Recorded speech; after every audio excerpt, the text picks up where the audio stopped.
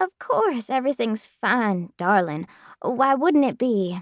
Don't you be worrying your pretty head about us. I also didn't miss the brief look that passed between my two elderly friends. And so, I wasn't surprised when Edith took up the baton and affected a poor imitation of her usual girlish giggle to add, "Why, goodness! Are you thinking it's time we got some of that magic makeup they're always advertising on the television? The one that takes 20 years off your age?" Not fooled by their banter, I eyed them both carefully. The joy and enthusiasm that was such an intrinsic part of them was just not there. But before I could dig more, the ladies had whisked the trays from my hands and headed out the back. Concerned, I turned to Donna Lee, the manager of the sweet treat. She was arranging a tray of bourbon sea salt caramels, and as the sisters disappeared into the prep room, I lifted my hands in appeal. Donna Lee raised her eyebrows. "It's that man. That so-called great-nephew. I'm sure of it," she whispered. "We're all really worried about them. I've worked here for 20 years, since I was just 16, and I've never seen them like this." Edith and Francine had told me about their guest a couple of weeks earlier. They'd been jumping out of their skin with excitement. And all because this man, Dwayne, their great-nephew, had arrived unexpectedly. Completely, inexplicably out of the blue. The aunts had lost contact with Dwayne's father and grandfather over 60 years previously, and had never expected to see anyone from that family again.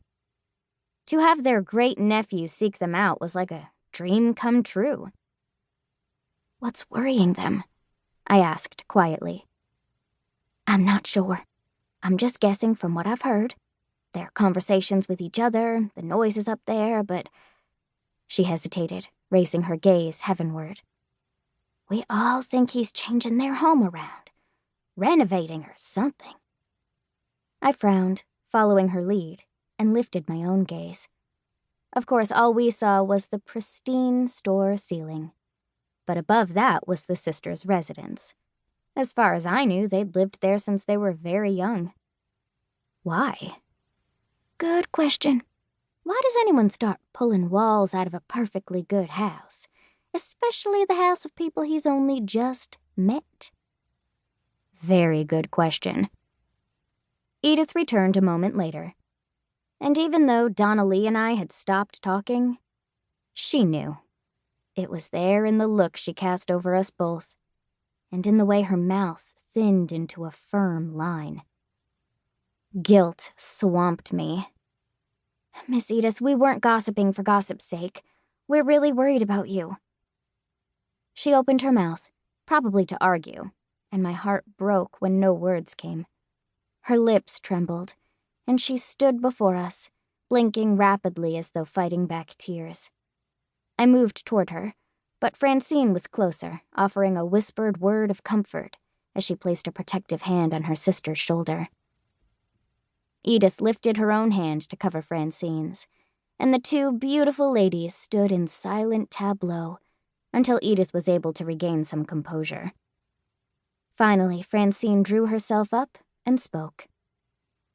"We're so sorry for this display.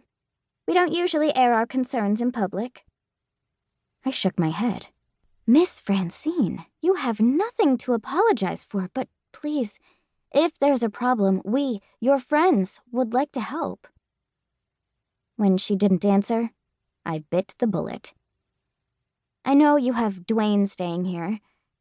Is that working out?"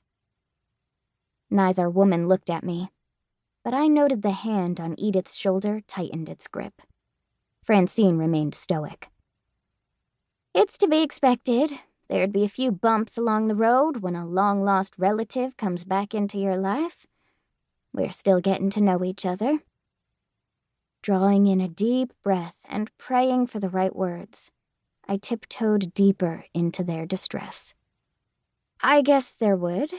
Especially if I recall correctly, you'd never met him before he just turned up? And you haven't seen his father since he himself was just a toddler? Over 60 years?"